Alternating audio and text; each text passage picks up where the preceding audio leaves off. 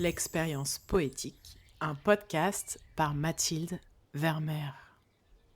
Chroniqueuse, romancière et conférencière, j'ai une passion infinie pour la poésie contemporaine.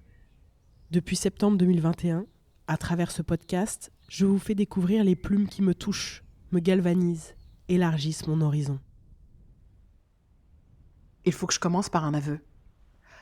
Parfois, il y a des textes poétiques qui me résistent. Des textes dans lesquels je n'arrive pas à rentrer. Trop hermétique peut-être.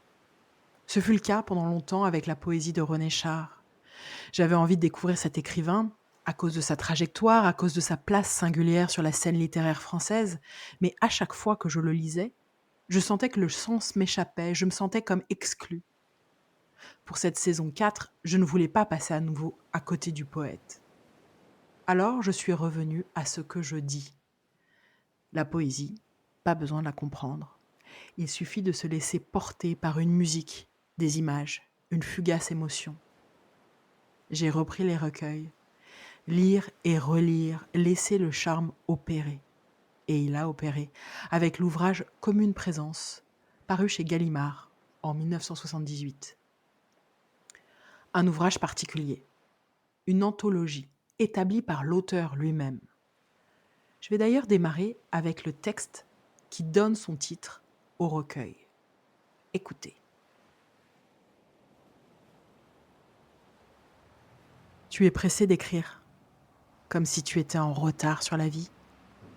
S'il en est ainsi, fais cortège à tes sources, à toi de transmettre ta part de merveilleux, de rébellion, de bienfaisance. Effectivement, tu es en retard sur la vie. La vie inexprimable. La seule, en fin de compte, à laquelle tu acceptes de t'unir. Celle qui t'est refusée, chaque jour, par les êtres et par les choses. Dont tu obtiens péniblement, de ci, de là, quelques fragments décharnés. Au bout de combats sans merci. Hors d'elle, tout n'est qu'agonie soumise, fin grossière. Si tu rencontres la mort durant ton labeur, reçois-la comme la nuque en sueur trouve bon le mouchoir aride en t'inclinant. Si tu veux rire, offre ta soumission, jamais tes armes. Tu as été créé pour des moments peu communs. Modifie-toi, disparais sans regret, au gré de la rigueur suave. Quartier suivant quartier, la liquidation du monde se poursuit, sans interruption, sans égarement. Et sème la poussière. Nul ne décèlera votre union.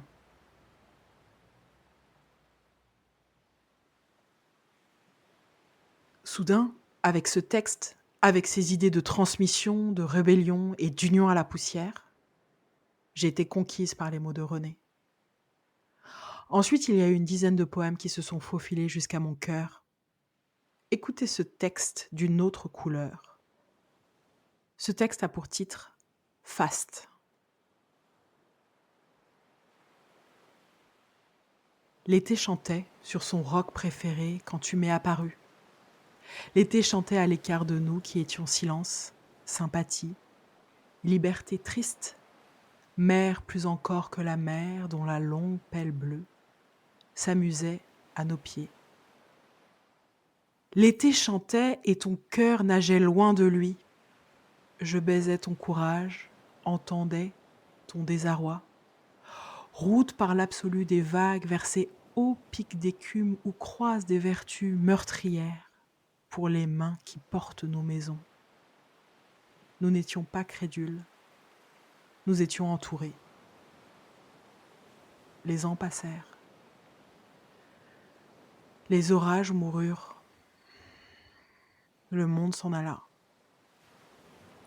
J'avais mal de sentir que ton cœur, justement, ne m'apercevait plus. Je t'aimais. En mon absence de visage et mon vide de bonheur, je t'aimais, changeant en tout, fidèle à toi.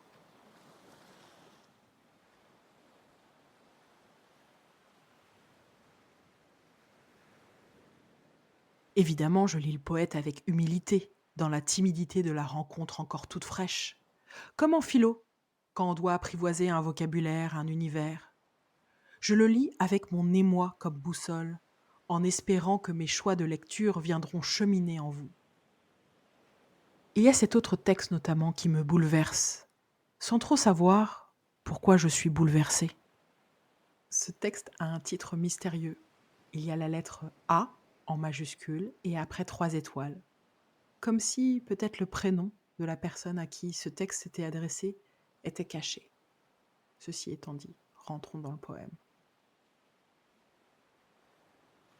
Tu es mon amour, depuis tant d'années, mon vertige devant tant d'attentes, que rien ne peut vieillir, froidir, même ce qui attendait notre mort ou lentement sut nous combattre, même ce qui nous est étranger, et mes éclipses et mes retours. Fermé comme un volet de buis, une extrême chance compacte est notre chaîne de montagne, notre comprimante splendeur.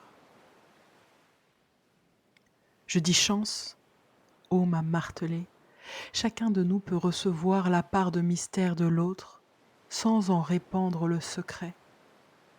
Et la douleur, qui vient d'ailleurs, trouve enfin sa séparation dans la chair de notre unité, trouve enfin sa route solaire au centre de notre nuée, qu'elle déchire et recommence.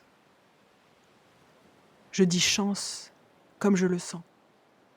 Tu as élevé le sommet que devra franchir mon attente quand demain disparaîtra.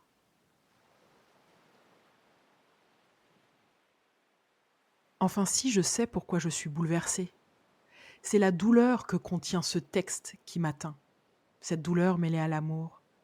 J'ai l'impression que l'auteur brûle d'avoir vu de trop près la vérité des sentiments, du monde, de la vie. Cette compréhension totale et terrible teinte son écriture d'une tristesse immense. C'est un peu comme dans le film Indiana Jones et les aventuriers de l'Arche perdue. Il y a ce personnage tout d'un coup qui ouvre l'arche et qui se retrouve anéanti par la réalité du mystère. Je trouve que ça illustre ce que je sens dans la poésie de René Char. Maintenant que nous avons parlé et découvert un peu ensemble ce poète, allons plus loin. Et je me suis demandé, pour rester fidèle à cet axe de la saison 4, avec qui nouer le dialogue de résonance ? Quelle poétesse pouvait être lue en écho ? J'ai cherché, beaucoup. À nouveau, je suis revenue à mes bouquins, lire avec concentration et rêverie à la fois. Jusqu'au flash. La poétesse que j'ai choisie, j'en ai déjà brièvement parlé au cours de la première saison. Cette poétesse, c'est Vénus Kurigata, dont j'adore le recueil intitulé « Les mots étaient des loups », paru chez Poésie Gallimard en 2016. Cette autrice prolifique est née au Liban en 1937, soit une trentaine d'années après René. Elle est toujours vivante à ce jour. Dans son écriture, peut-être à cause de sa propre expérience de la guerre, une guerre qui a tant meurtri sa terre natale, je ressens la même douleur. Avec cette idée en toile de fond, le premier texte que je vous lis m'apparaît comme une réflexion sur la force du langage et du lien. Une force qui permet de faire face. Écoutez. C'est là, et nulle part ailleurs, sur une terre ceinturée par les vents, que les premiers mots discutèrent d'un problème d'eau et d'une place au soleil. La bouche remplie de vacarme, ils racontèrent les poussières muettes et les cris des rochers. Leur nombre n'excédait pas celui des vivants, un mot par homme. Celui qui mourait cédait sa place à l'arbre de son choix. Homme et chêne partageaient la même écorce, le même âge inscrit dans l'aubier, et même ombre, l'arbre en haut, l'homme en bas, et parfois l'inverse, quand il prenait à la terre l'envie de se retourner. Je discerne aussi, dans la façon de Vénus de manier les fragments, la présence de secrets qu'il ne faudrait absolument pas percer. Certaines énigmes semblent devoir rester intactes, parce que la vérité serait trop brutale. Comme dans ces lignes terrifiantes. Écoutez. Les livres séparaient le dedans et le dehors. La mère nous cousait des grandes poches pour contenir nos frayeurs. Nous cousait ensemble pour ne pas nous disperser. Les bombardements enfumaient le miroir où elle nous cachait avec nos jouets. La guerre terminée, elle épousa des guerriers et des soldats de plomb.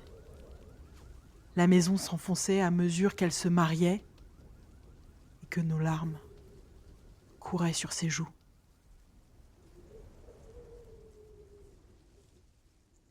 Ce qui m'habite, en lisant les mots de Vénus, c'est à la fois un gigantesque chagrin et un sentiment de communion avec femmes et enfants, avec tous ceux pris dans des conflits, englués dans des destins maudits.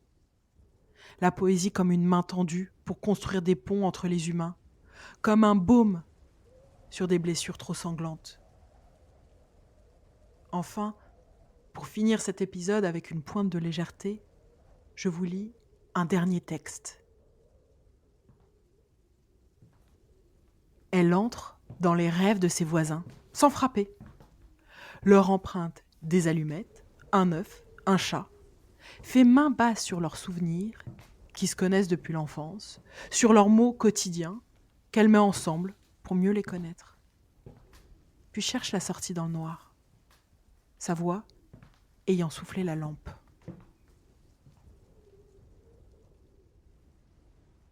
J'aime l'humour qui se balade dans ce morceau, dans ce fragment.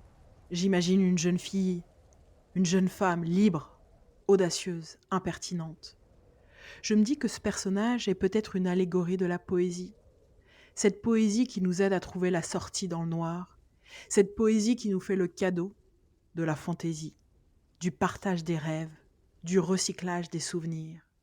Ces choses intangibles et pourtant infiniment précieuses qui nous sauvent de l'appel venimeux des gouffres sombres.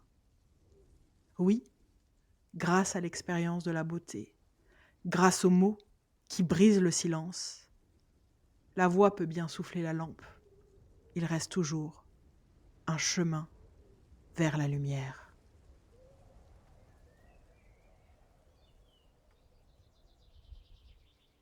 Je vous invite à réécouter ces textes. Pas besoin d'analyse, pas besoin de comprendre, de décortiquer. Sentez.